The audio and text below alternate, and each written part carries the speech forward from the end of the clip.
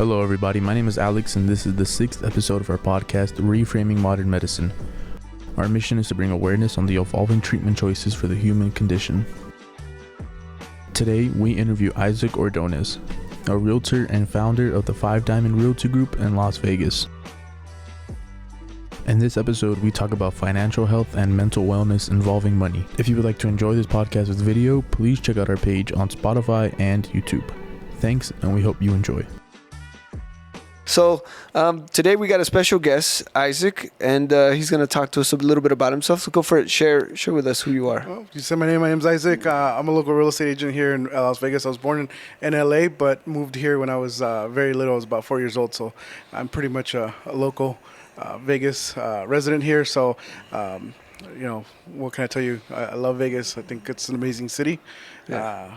There's so much diversity versus, whether it's people, food, just entertainment. There's just so much to do. So I really do love this city.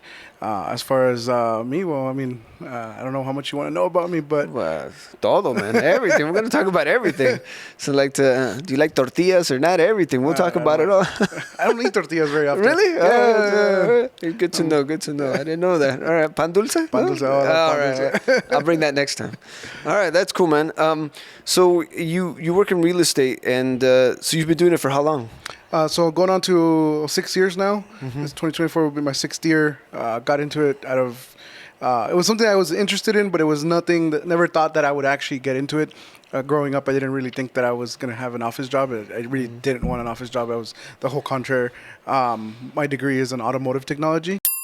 Automotive technology is the study of how self-propelled vehicles move and refers to the creation or design of vehicle technology and the remediation or repairs required. This can involve the engine and other systems, engineering, mechanics, and computer technology. I wanted to run like a shop. My goal was to try to have my own shop, and I tried that in 2010, right after or during the recession.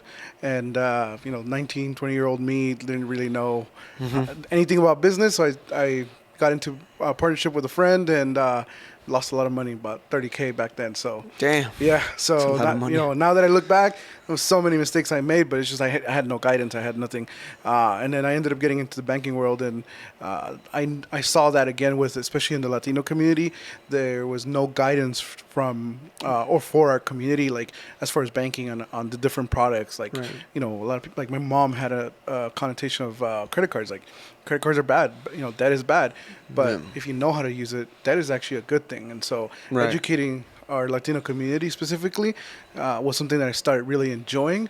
And then I met my business partner who was in the same realm of like educating people about real estate. And so 2017, I kind of decided I wanted to kind of get into real estate. In 2018, I quit my job and became a full-time real estate agent. Nice. That's cool. You have I have a friend back in California. Her name's Leticia. She does that too. She helps. She volunteers her time and helps people to educate them. People that have just come to this country and trying to understand everything. So that's really cool and awesome. So going back real quick? You said there was $30K involved. So I'm curious. What did you learn from that? 30K is a lot of money. I hope so. Yeah, between both of our partners, we didn't leverage, again, like not knowing debt. Like I grew up with this mentality of don't owe anybody anything. Of course. Debt is not good. Like credit cards are bad. Like you only use credit cards if you absolutely need it. Right. Otherwise pay cash for everything. So Right. when that time came, I had some money saved up. I actually had tried to buy a house, Yeah. and that didn't work out. Oh, right. And so then I had money saved up. So I was like, well, let me start a business. And got into a partnership with a friend, and we bought all of our equipment cash. And so with a lease that we paid up front for a year, equipment, all that stuff, it was like roughly about $30K that we lost. Yeah. And it didn't work out after that. It didn't work out, yeah. So now, looking back on it, what things would you not do?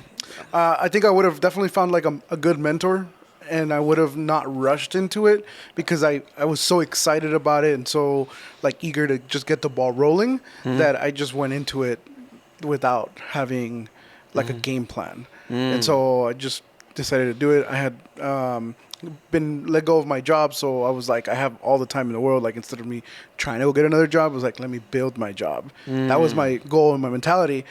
But I didn't know anything about what an LLC was or what a sole prop was, Right. what a partnership. So we had somebody draw us up some partnership paperwork. Now that I look back, I'm like, it should have been an LLC at bare minimum. And just some other things that I could have leveraged credit, because at the time I had, for a 19, 20-year-old, I had excellent credit. So I could have leveraged credit. And even if I would have lost, it would have been my money. I would have been able to keep my liquid funds available. Yeah, that's the name of the game, isn't it? Yeah. We've been in our office. We've got some few equipment that we purchased, but it was all just loaned out to us, right? So we got a loan for it. They covered it, and then we're just paying it back, and Right. so making payments, and it's great. But like you said, the money's in our pocket. And if your business does well, no problem paying it back. Yeah, of course. If, God forbid that your business doesn't do well, then, at least it's not your money, and you can easily get back on your feet rather Right. than leveraging your entire savings into it. Absolutely. So that's a good thing about this podcast today. It's more about your financial health, and making sure that you're able to provide for your family, provide for yourself, for your future, et cetera, right? That's really the goal of all of us, right? I mean, that's really the main name of the game. So then you're married? Is that I am. right? Mhm. Okay. And so your wife works in... She's her position is a client relationship manager for Anthem Injury Lawyers. Yeah, we know who they Yeah. are. Just kidding. Just checking, man. I said, I know who she is. I was just checking. Anyway. Yeah. Yeah, that's cool. All right. She takes care of the legal and like the paperwork aspect. So she does, which is great because it's a good combination. I don't like paperwork, Right. which is why we have a great assistant. But she kind of takes care of the household stuff, like the payments and all that stuff. So I don't have to deal with that. Yeah, I hear that. Amen to that. Those people are amazing that love paperwork. That's cool. So currently, we're in your office. Where are you located here? So our office address is 1900 Western. We're right off of the industrial area, 2 blocks over from the Arts District.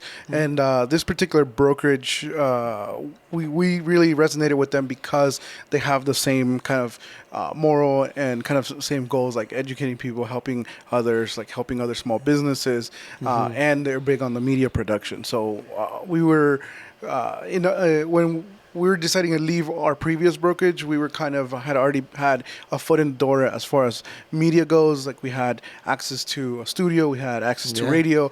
And so we really enjoyed that because that was kind of our goal, was to just get the word out.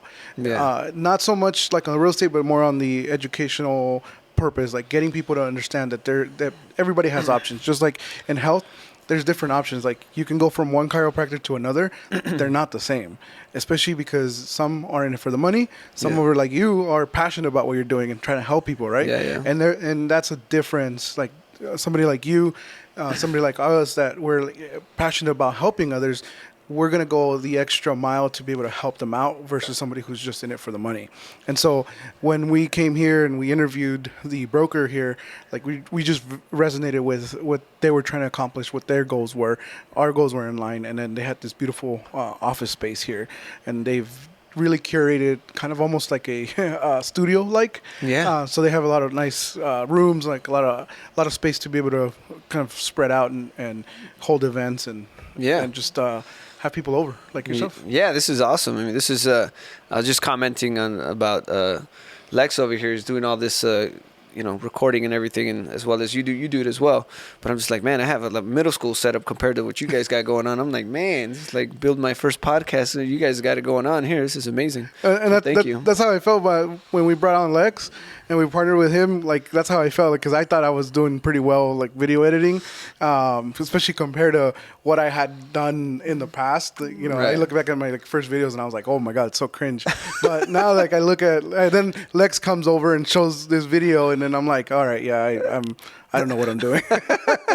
So that's exactly how I feel. Shout out to Lex, because he's pretty amazing, and if anybody's thinking about getting married, he's primarily a wedding videographer. So all right, cool. I'll let you know if I get married again. Yeah, maybe. Anyway, that's awesome. Okay, cool. And then so you've made this podcast that you have. What is your podcast called again? So we have a Move It podcast. My business partner kind of primarily runs that segment of the podcast. He has a background in radio, so he actually was like a radio DJ in Hawaii. So he's got the voice and looks for radio. So he primarily takes care of that. We do share the task of creating content for our YouTube page, Five Diamond Group. And then I'm also on social media, so you can kind of try to follow me. And that's my goal for 2024. I've kind of laid off of that a little bit, so I'm trying to get back into a routine of consistently posting on social and YouTube. So then the one that you sent me, it's still the Five Diamond Group, Yes. right? But that one's just you solo, like in the one that you sent me. So if you go on our YouTube page, you'll see like anything from video walkthroughs of houses that we either list or we've visited, from $300,000 houses to $1 million homes.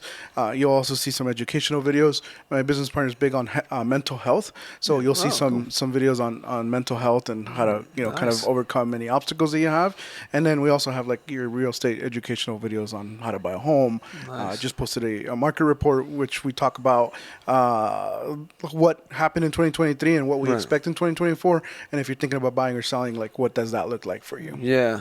Well, I mean, not to touch too much on it, but I guess we touch on it. Is it seems to me that buying anything here in Vegas is the thing to do anyway, regardless of the timing, because it's growing, right? It's going to continue to grow. There's no sign of it. Like, it's not like California. Everyone's trying to a mass exit. Everyone's trying to leave Nevada or anything. Everyone that actually is coming here from Hawaii, from everywhere, right? Yeah, and I mean, if you think about 10, 15 years ago, especially before the recession, Las Vegas was primarily hospitality focused, so everything revolved around the casinos and the hotels. Yeah. So when the recession hit and casinos lost their revenue and income and they got people who got laid off, there was really no other jobs to go look for, right? And now there's so many other jobs. You have the tech, you have tech, you have medical, you have all the conventions that are coming in because we're such a hub. And now Formula One is creating jobs, Super Bowl's creating more jobs. Like there's just, and then the ongoing construction. I mean, for construction workers, there's always going to be work here to do. We have so much funding in that aspect. So and then you have like Mark Wahlberg that's trying to do Hollywood 2.0. Oh yeah, you were telling me about that. It's interesting. So all that stuff is going to be very big for Vegas because we no longer depend on one industry. You get laid off of the casino, you can go get a job somewhere else and no problem, right? Yeah. So. Yeah, that's amazing. So the city's still growing, and there's talks of professional teams coming, baseball teams coming. So it's a great time to be here. NBA. In NBA, I don't know about that one yet. And well, I heard other sport, but that involves a ball that I can't talk about. But there's another team coming too. So, but that's awesome. Okay, and so do you offer classes, or is it everything through your through the media that you use, like videos and stuff to teach people? Yeah, mostly through the media. But anytime we sit down with a client, it's not just about what kind of house you want, 3-bedroom, 2-bath, in this price range. It's not about that. It's about teaching them the different options that they have, even when buying a 3-bedroom, 2-bath house, right? Like different areas and how different areas affect the value of home, the appreciation, all that stuff, like thinking long term. So that way our clients can make a very well educated decision when they go in there. Going into 2024, my goal is to have a couple seminars or even webinars to have people over, like a first time buyers webinar or a seller's seminar on how to maximize your dollar, because one of the most calls that we get is listings that sit on the market that other agents can't get sold, and we'll get them, and we'll actually get them sold for top dollar. And so how to be able to help other sellers that are thinking about doing that or think that their home might not sell, well, how to get the max dollar for that, and how to make the move without feeling stressed, because how do you manage that? How do you recommend, like you were talking about mental health, how do you what are the suggestions or activities, or what things do you have them do to kind of take the edge off, so to speak? So we have a great team. So my team consists of my business partner, myself. We have a director of operations / assistant. Her name's Delcia. She's amazing. She takes care of like kind of all the back end work, paperwork, and client relations. And then we have 3 other agents that also help out. So one of the ways that we help our clients kind of not feel the stress is we understand that, first of all, we understand their schedule is not like nobody has a consistent schedule, right? Yeah. This city either works your graveyard, swing shift. Like there's so many work shifts, right? Absolutely. So being flexible, having that flexibility, it doesn't put stress on the client, because now they're not like, oh, Isaac's only available on these days or these times, right? Like, it's about them. So that's why we have a team of agents. So if we're working with a buyer, we can go at pretty much any time to be able to go show a property. And then we're communication focused. So we're trying to make sure to answer the questions before they even ask them, especially with sellers. We're trying to give them as much information possible, like every showing that we get, like, do a follow-up with the agents of, hey, what happened with that showing? Did your clients like it? Let me get any feedback. Getting that feedback, relaying it to the seller, so that way they know what's going on, and they're not feeling stressed. In the case of somebody who's looking to sell and needing to buy, well, having them only move once, so maybe negotiating a lease back, so where they sell their house, have the money to be able to close on the next house, and then rent back their house, and then be able to move, instead of having to move into a short-term rental or to families and then having to move again and putting everything in storage. Like, all those things cause stress. And so there's just so many ways, but to me, communication is going to be the most important, because if they know what's happening, if they feel like they're being kept in the loop, then they're not worried of, like, is my house selling? Why, like, we had 5 showings. Are they gonna any of them gonna submit an offer? What's going on, right? Yeah, absolutely. No, that makes sense. That sounds great. Yeah, I encounter that all the time. People come in, I've started opening the office from 7 a.m. to 7 p.m. now, and so that helps a lot, because, like you said, people work graveyard, work different hours, and we're even open on Saturdays, so that helps out a lot as well. But not, I give them my cell phone number, and sometimes I'm like, I don't know if I should have done that, but here we are. So, but that's great. And so when you're working with all these people, you work with a variety of people, right? From all levels of income, I'm sure, across the board. Spanish speaking, I'm sure, the people, first time buyers, all that stuff. What's one of the tips you'd recommend for someone just starting off, to prepare themselves, at least to get themselves? Because I have the young lady at our front office, and Monse, and she is preparing herself to buy a home. She's done a bunch of research. She's looked at she even told me, these are the homes you want to look for, right? She tells me all this stuff. But what other little tidbits do you feel people miss in the beginning? Maybe that they forgot or didn't see, like regarding maybe credit or anything, just maybe one or two things that you see the most often that needs to be addressed more. So first thing, I get calls sometimes where people try to do everything on their own first, and then they call me, right? And then they get a little disappointed because things aren't exactly where they're at. So first step, I would say, regardless of where you are in the buying process, whether you're ready to go now or you're thinking about it in next year, have a consultation. Because when we have a consultation, we're going to go in depth as to what you're looking for, what you need, and how to get there. Right. And also meet the timelines, because let's say if you have a lease that's coming up in 3 months, well, how can we meet that 3 month time frame, right? If you have one that you just signed and you have a year, well, then you're going to have a lot more time. So first step is meeting with me, getting that game plan set up, because then I'm also going to refer you to one of our top lenders. A lender is a financial institution that makes loans directly to you. A broker does not lend money, and whether you use a broker or a lender, you should always shop around for the best loan terms and the lowest interest rates and fees. And my suggestion is always shop around on the lenders. You have to feel 100% comfortable with who you're going to be hiring as your lender. Like, your lender is the second most important person, because if the lender can't close, like a lender can promise you everything, but if they can't close, it doesn't matter what they promise you, right? And then you're going to be way more stressed out. Of course. But if you have 100% certainty, you're 100% comfortable with that lender, then you're good.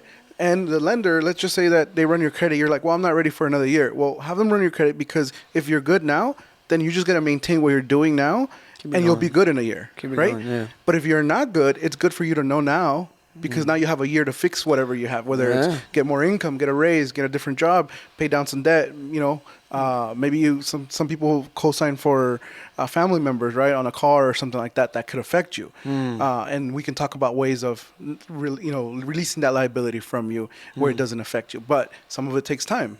So even if you're not ready now, like even if your goal is a year or 2 years, or like Alex, who's 18, is probably not thinking about buying a house, anytime soon, but knowing what steps to take is going to get you ready. And so when the time comes, you're good to go. You don't have to worry about anything. Yeah, that's cool. Interesting. Yeah, so that's an interesting thing to think about. I'll make an appointment later. All right, that's great. And so now talking about a little bit about health and stuff, like your health, you come to see me, obviously, and you've had experience with other professionals as well. You actually, in fact, have a little get-together that you get. What do you call it exactly, that little get-together we had this was a few weeks ago? Our networking event? Yeah, it's just a little networking event. That's all there is. There's no name to it or anything, right? No, just little business networking. Better business networking. And so that's pretty cool and fun to meet people from different professions and to talk about, what they do or at least hear them out. And I think that was very that was very educational for me because, in my world, I'm just like, I just need people walking in the door. I don't, who do I need to know really, right? And so we get to know each other. And now, like I said, you've come in to see me, and you've enjoyed the experience. You've gone to other chiropractors, I'm sure, right? Mm-hmm. How was the difference in your opinion with that experience from one to the other? So I've always been used to walking into a chiro, and then 10, 15 minutes later, you're walking out. Like there's no like personalization. There's no like care, almost like no care. That's kind of how I've always felt, Yeah. That's why I've never really made it a point to go consistently, just because I was like, it's just, it's just quick. Like it's like going to fast food, basically. Like it's how I would picture it, right? Like it's not, you're going to McDonald's is not the same experience as sitting down at a 5-star restaurant, right? Right. So with you, it was very different because one of the first things that you did was like relax me mentally. Yeah. Right. And you even said it, like, we're all stressed from like just rushing to get here. And like I was like rushing. So I'm like kind of like on edge because I'm like, I don't want to be late. And so you kind of took that few minutes of like, hey, just relax, forget about everything. And then you went to work. And so just like that little difference made a huge difference for me because it's like, man, I want to keep coming back. Right. Right. And so I think a lot of people forget that we're all people. We all have feelings, like we all have different things we're going through, and so just like taking that moment of just like, hey, like how do you feel, Dr. Ricardo? Right? Yeah. Like let me get you at ease first. And so that definitely was a huge difference with your practice.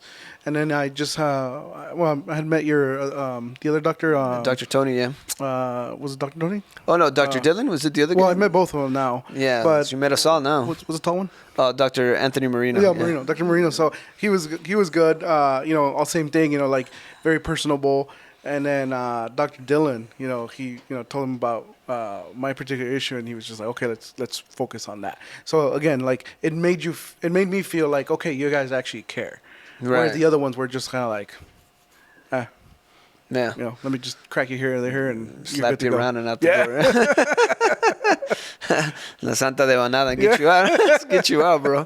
Yeah, that's cool. Yeah, I mean, I think that's you and I are trying to do the same thing, right? We're trying to make it more of a personal experience that people enjoy and have everything that benefits, the person as well as ourselves, and really truly provide that personalization so the person feels like, they're not just another number, and they actually are getting an experience that maybe they will enjoy. And I mean, that's the name of the game anyway. But yeah, that's great. Thank you. And so are there other medical providers that you've encountered that are like this, in your opinion? Is there anyone else?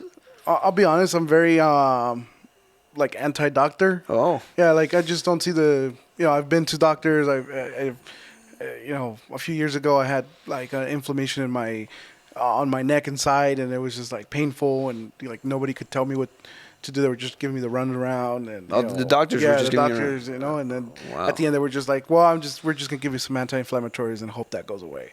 Damn. And to me, it was just like hope, like like I'm paying you all this much money. I mean, I'm not me, but the insurance, right? Right, like, of course. But I'm like, and all you can tell me is you hope this works. Damn. What if it doesn't, right? And so I've always been kind of like anti-doctor because I never really felt like they actually care, right?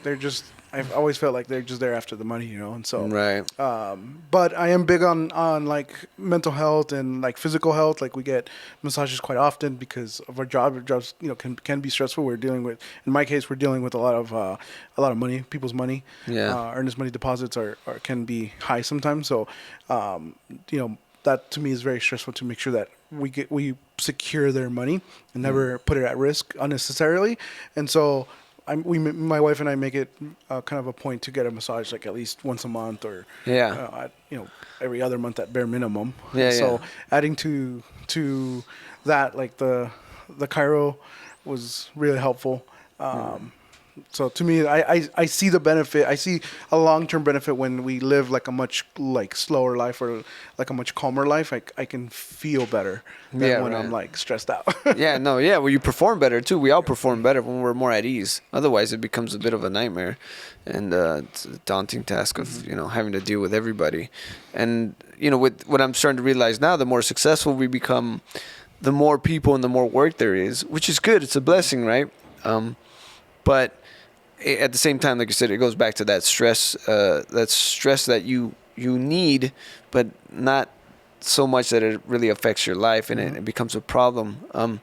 So what things do you see today here in the city that you feel need to be addressed more to kind of help everyone else along? I mean, obviously you're doing it with your real estate and informing people, but what other things do you see that would be beneficial for the city here in the community? I mean, informing people, doing your little networking things. Is there anything else like in the future that you feel that you want to do?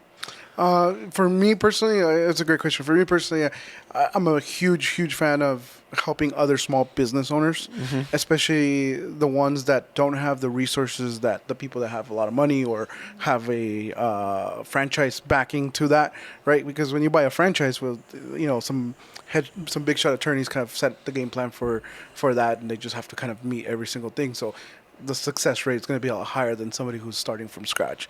Right. So I've seen that kind of, I guess, informing more small business owners of the resources that they have through like the small business, like the government help that they have. Like there's classes that you can take on different aspects that can help your business that are free, that you can, you just got to make time for them, right? Right, absolutely. And so helping small business owners do that, like the media was one of the reasons why we wanted to do media, was because we understand that the way that things are going is nobody's really watching TV and nobody's really watching commercials. No. But we'll sit there for 2-3 hours on YouTube and watch all these videos, right? Right, absolutely. Or listen podcasts on the way to work, or whatever the case is, right? Yeah.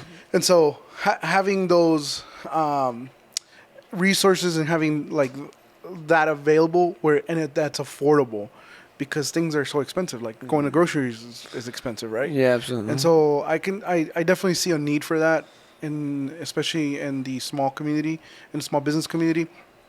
So and as far as the other one, just kind of like helping each other out. Like that was the whole reason for the business networking, was to help other small business help each other out. You're a small business, the other ones were small businesses, and they all help each other out. Like if we can all help each other out, we just create a stronger foundation for everybody. Right. Yeah, absolutely. That's good. That's true. And I think that's what's lacking. I think in different cultures and other people, they're more united and together. And you see that culturally, like when they're closer together and there's a lot more of a tight-knit group, the success is spread around. There was a chiropractor I spoke to in California that I did mentorship with. He was a bit of a mentor, and he described it that way too. He goes, under the sun, we're all going to be able to, win, and there's enough for all of us. Exactly. And not try to hog it all to yourself. But yeah, greed is definitely, I think I see that way too common. Yeah. And there really isn't like like a need for that. City's growing. If you're good at what you do, if you truly care about people are going to come to you.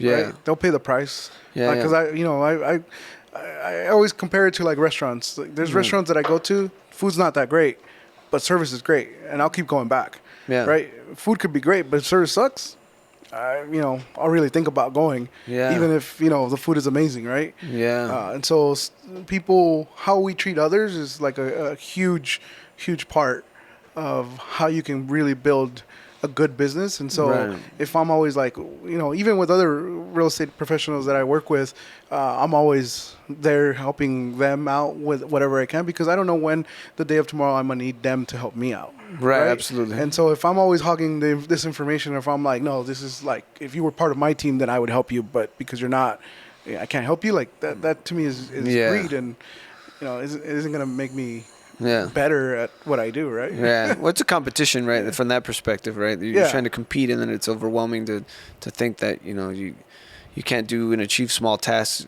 that aren't going to really affect the other person truly. But yeah, or trying to protect that information. So where do you feel that comes from? Do you feel that comes from, like your family? Is your family like that? Or did you learn it from like maybe another group or a class? Or, how do you feel that developed within you? I mean, I'm sure it's naturally that's who you are, but where did you pick up most of it to feel that expanding that desire to want to help in that way? Yeah, no, it's a good question. I've actually never had anybody ask me that, but I guess my parents are very much like that. They're very selfless. They love helping others, but also through our religious beliefs, because we have a very strong religious inclination. So we study the Bible quite religiously. Yeah. But that's one of the things that we learn there, is help others. There's more happiness in giving than receiving, right? Like that was famous words from Jesus.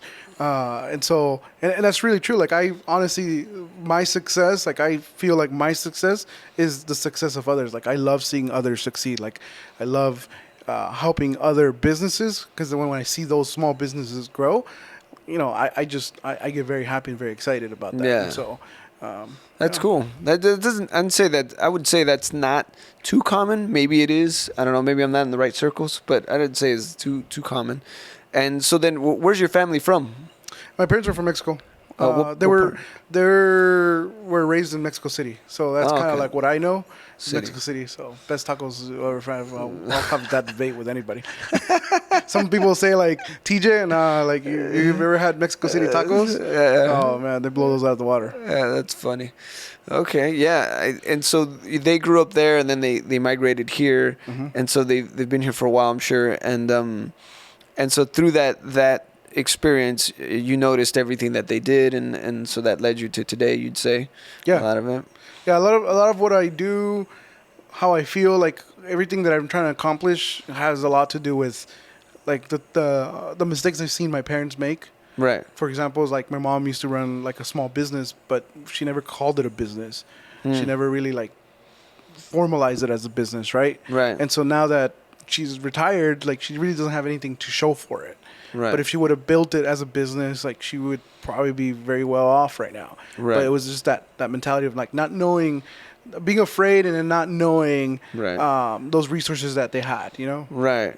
And I think that's a topic we talked about, I think, with a therapist I had on once, and so many of the people who migrate here, my family did as well, they generally are focused on surviving and not disrupting this environment this atmosphere that they've come into, and not cause any problems, because they're just trying to make it, because they're like, hey, I like this, I want to stay here, how do I maintain this without staying low profile, so to speak. And I think that sometimes is, like you said, the fear, right, that drives us to not want to do anything, and it affects us emotionally in many ways, because then some of us, not like yourself, but some of us stick to that mentality and move forward that way.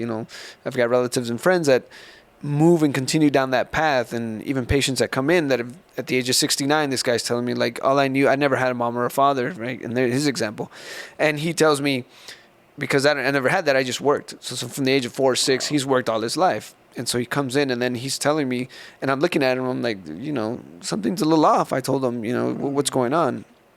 And it was that mentality of like, I have to work. I have to continue to do what I do, but I can't right now because physically I can't, and it's driving me crazy.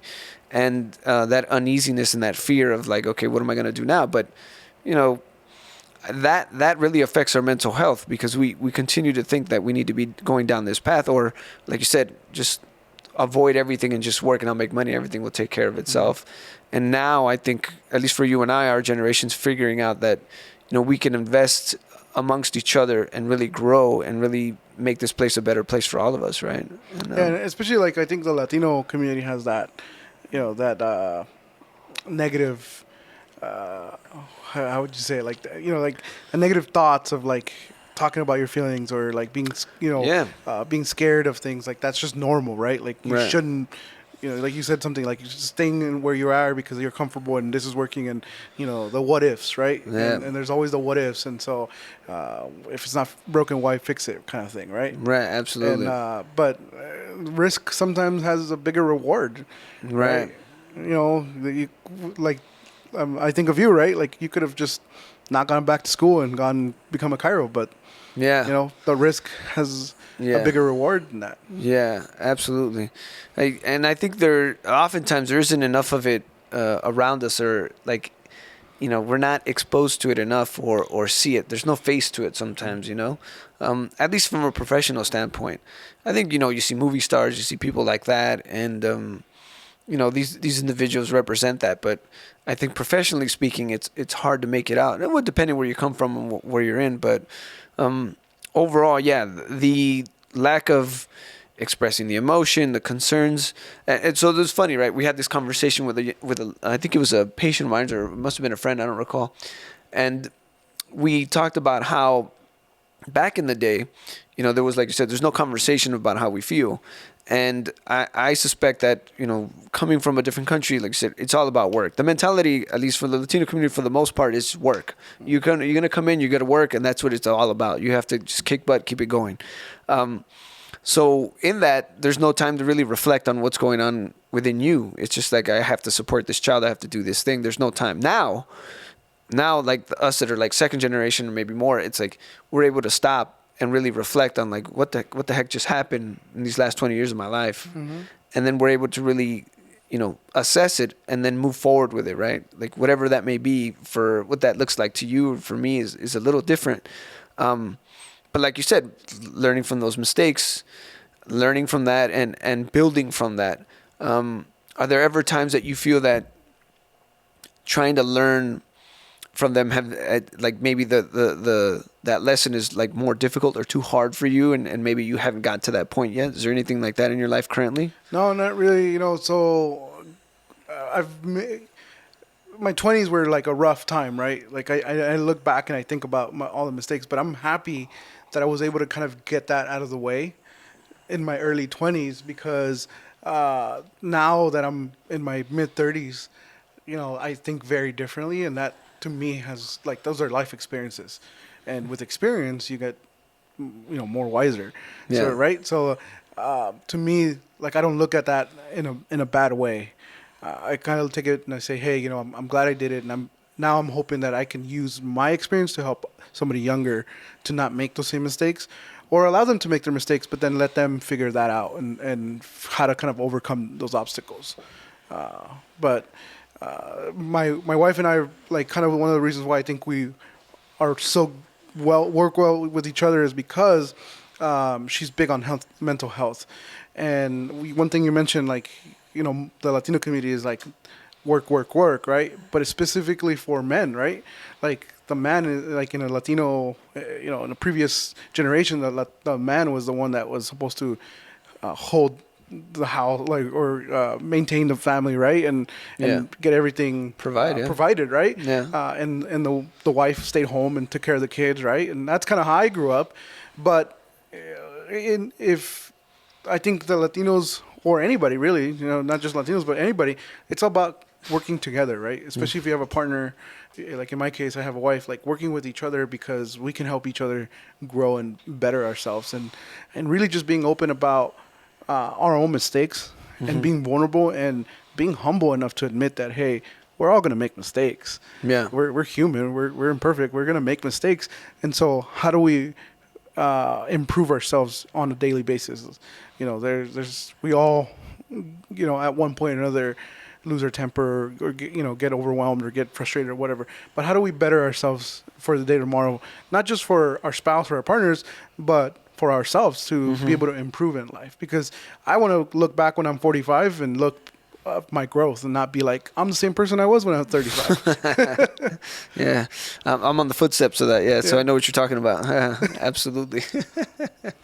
But yeah, that's great. So in the relationship, so you touched on that. So finding a partner you feel that has the same maybe enthusiasm and goals, would you say, is kind of the best match for you, or did that develop as your relationship with your wife, if you don't mind talking about that? So I think one of the biggest keys to a great marriage is the humility that both of them have to display. And what I mean by that is both of them have to be able to recognize that both of them are going to make mistakes at one point or another, and then just kind of work off of that. And then having that open communication of like, hey, Ricardo, you did this and you hurt me, and this is how I felt, right? And then nobody likes to be corrected. Nobody likes to be told when they did something wrong, right? Yeah, kind of. It depends. Sometimes it's needed, right? Well, it's really needed. It's always needed, but nobody really enjoys that. Like nobody like comes and sits down and Ricardo, tell me what I did wrong, right? Like I'm excited, Well, I would ask Lex. I'd be like, what did I do wrong, Lex? Lex would be like, everything, bro.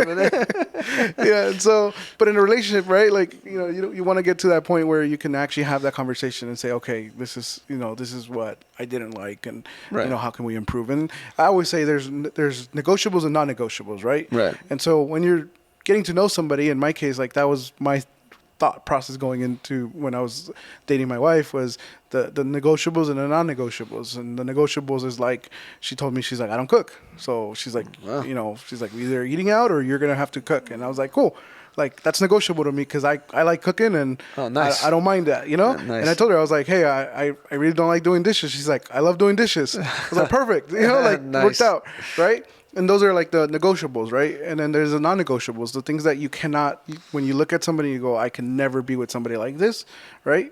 Has maybe no ambition, no goals, no like planning of the future. That to me was non-negotiable. And so really like kind of understanding those things.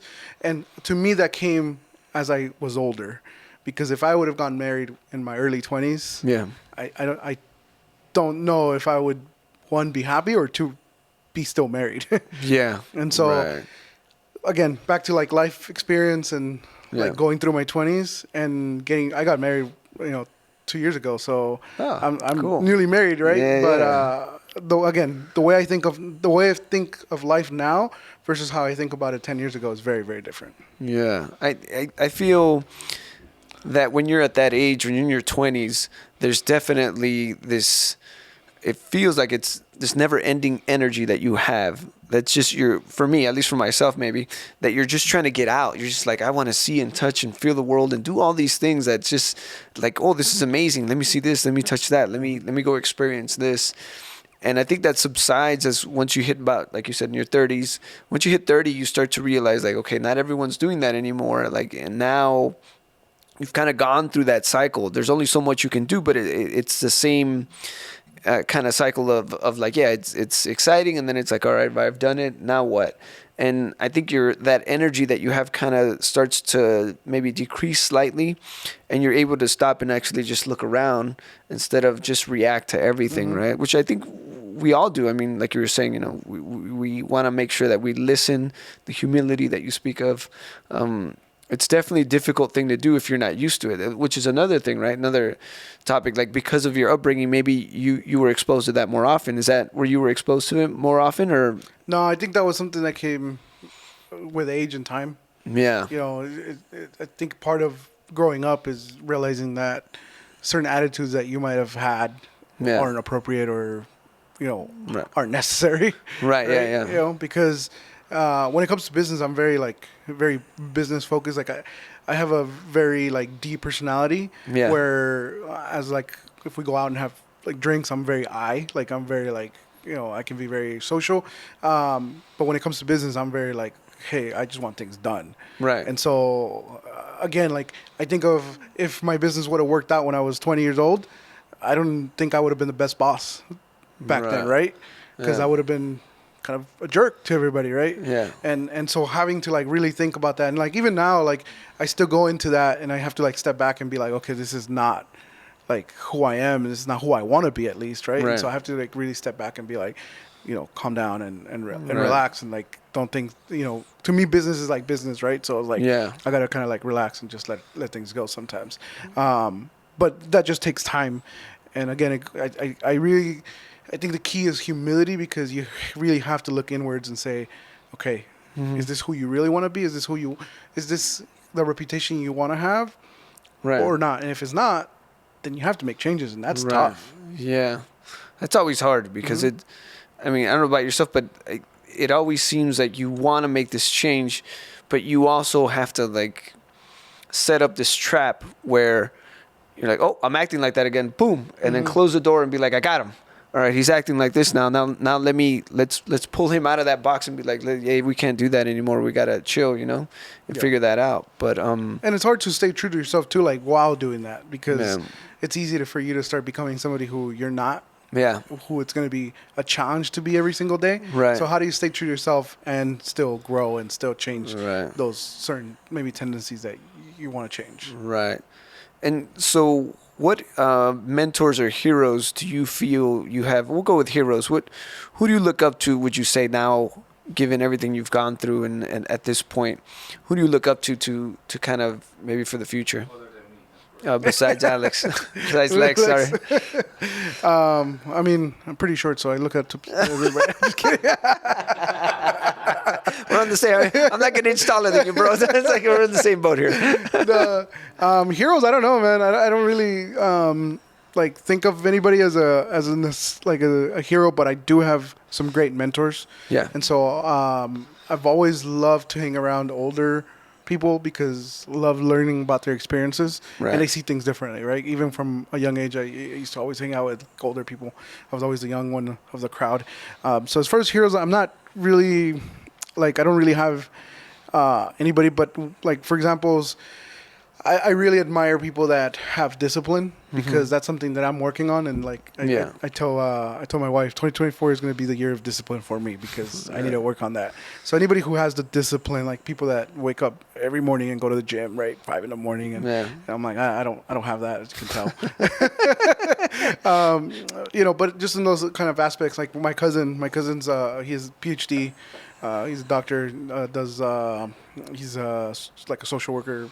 PhD. I don't even know what exactly he does, but I know he's there. He helps people out, and I admire that because he could have. He's one of the smartest people I know. He could have gone any route. Oh wow! But he decided to go and help people out, right? Yeah. And so that's something that's very selfless to do, right? He could have been making money doing something else.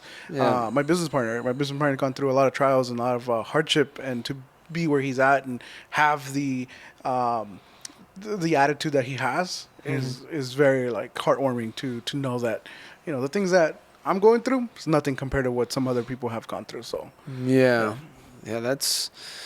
people have gone through some interesting things and you can't tell. I mean, just by looking at them, like, oh no, like you've gone through quite a few things to get to this point. And I think we're all still growing and trying to achieve the pinnacle of who we are, I think, right? Would you say? And in the current state, like I look at the situation and try to evaluate, like, okay, well, who do I maybe want to be like? And then definitely who I don't want to be like. We all know that. I think that's pretty easy, straightforward, right? I don't want to be this. I don't want to be that.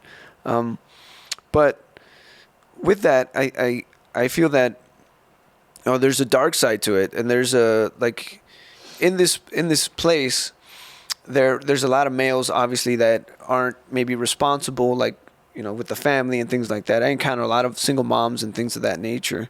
It could have been the mom, could have been a lot of things, but I think today now is it's a very difficult time for anyone that's a single parent in general, not just moms, but anyone who's a single parent. So what things do you feel, and I know maybe you're not the expert in this, but maybe you've encountered it, like what do you feel us as males need to do to kind of better the situation for like our partners? I mean, what you do is what you say, it makes a lot of sense, but there's a lot of people who are kind of lost and don't have that sense of direction. Where do you recommend they go, or what things or maybe information should they be exposed to so that males can like be more represented in a more positive light in some way, so that we're able to cultivate those family values that maybe have been lost over the last few decades? I think a big key is who you hang out with. Yeah. If you hang out with people that are like-minded, that have those goals, they're going to instill that same discipline in you, right? Because if you hang out with a bunch of single men that are out partying every single weekend, then you're going to end up wanting to do the same thing as they do, right? And if you're a father or you have family responsibilities, that's not the smartest move, right? Not saying that you shouldn't go and have fun, but you also have to kind of have that same mindset. And so definitely having a good social network is going to help. For me, like I said, being spiritually inclined and really just kind of reading the Bible and actually putting it to practice is not just about reading it and just saying, okay, I read the Bible and I, attend my meetings and do this, right? Like it's actually like putting it into practice, and it goes back to humility, right? You have to be humble enough to say, okay, this is where I need work. And I think that's the first step to anything, is recognizing where you need improvement and then setting a game plan of how you're going to improve. And if you're not a religious person, then you have to kind of maybe find a way to get that resource or that information in. But one thing that I've personally noticed, because besides being active in my religion and reading the Bible, I also try to read as many other books. And we go to like seminars, and they always have the like the motivational speakers. Oh right? yeah, those are fun. Yeah, and they're great. Like they get you all pumped up. But a lot of times when I start reflecting on what the message is saying, a lot of it is like 90% of it is what the Bible teaches. And so for those who are like maybe don't like reading the Bible or think that the Bible is an old book, like most of the things that they hear is things that the Bible teaches. Right. And so it's just worded differently, just put in a different perspective, but it's really the same concept. Right. The message of, be a good person, help each other out, love yourself, love everyone around you, be kind for the most part, don't be a jerk, etc. Pretty straightforward. That's cool. Is there anything else maybe you want to mention or bring up? Now that I can't think of really. I have a ton of questions, but I don't want to hold you on for too long because I'm trying to think of other stuff. I mean, really, the things that come to my mind anyway, if you have anything, stop me. But I think a lot of it has to do with the community and the community as males, because I think that needs to be addressed more, at least from my perspective. Because I don't, like I said, time and time again, I just don't meet a lot of males that are very, like you said, maybe ethical or responsible and things like that. And I think that's something that I feel needs to be worked on more, And I feel that we are, perhaps, maybe not, poster boys of it, but I mean, it's definitely a step in the direction that we're trying to head, at least for myself, because based on, what you do and what we're trying to achieve together, and in regards to like making the experience better for everyone, I think this is a step in the right direction, right? So on that subject, I think it's just going back to, like not shaming anybody for anything, whatever we all have are things that we're working on, whether it's publicly known or not. Right. But that goes back to like being kind, right? Even on social media, even like I'll see comments, I'll see posts, right? But even like those things have an influence in people, right? And so if you have a male that is thinking about taking that direction of saying, okay, I need a change because I haven't been there for my spouse and my kids, right? And now I need a change. But then they go on social media and somebody's bashing it. It's like, like in Spanish we have a word called like mandilon, right? Like, mandar ahí de mandilon, right? But now they're gonna be like, well, I don't want to be a mandilon, so like, so now I'm gonna keep doing what I'm doing, right? Yeah, that's the one. And so that itself can influence, even though it might just be a joke, but we don't know the struggles that people are having. So I being kind, being mindful of people's struggles, like when you talk to people, like, hey, there's something, maybe something's going on, so maybe just kind of ease off on that. Yeah. Well, it's tough, because I think a lot of us, the Latino community is also big on like being jokesters and pranksters and saying things that are kind of, mean, but it's like I tell the guys, it's like it's a term of endearment, right? Like you get to this point where you're like you're just joking around, but in a loving way, in a loving fashion, not really to be mean, but just kind of like, hey, hey pelon, what's going on, or whatever. Well, it's different, but it's along that line, and then people get really offended, like, hey bro, I didn't shave my head today, I don't like this, why are you telling me, I can't grow hair. I can't grow hair, why you keep bringing it up? I just bought your comb, people get upset, so it's these are the things, but I totally understand it, and I think that's the hard part. Well, sometimes when people talk to you about something, like we have friends come over, or we'll go over friends and we'll talk, and they'll bring up subjects, they'll bring up something where they'll say like, hey, I've been going with the struggle. Yeah. And then, like, instead of being like, oh, that's so silly or that's so dumb, like, just get over it. Like, just listening to them and validating their feelings, right? Right. And so I think that's what I'm, like, kind of more, like, emphasizing is that, when a friend approaches you and is having that struggle, like, even if you don't understand, don't shut it down. Okay. Yeah, recognizing it, the recognition of it. Yeah, man. All right, so... with that being said, I think they're cutting us off now. I think that's Lex it. is like, I gotta go to lunch. Yeah, so it's cool. Yeah, it's lunchtime, perfect timing. Yeah. So we'll set up another time to meet up, but I really appreciate it. This is Reframing Modern Medicine. Thank you guys for tuning in.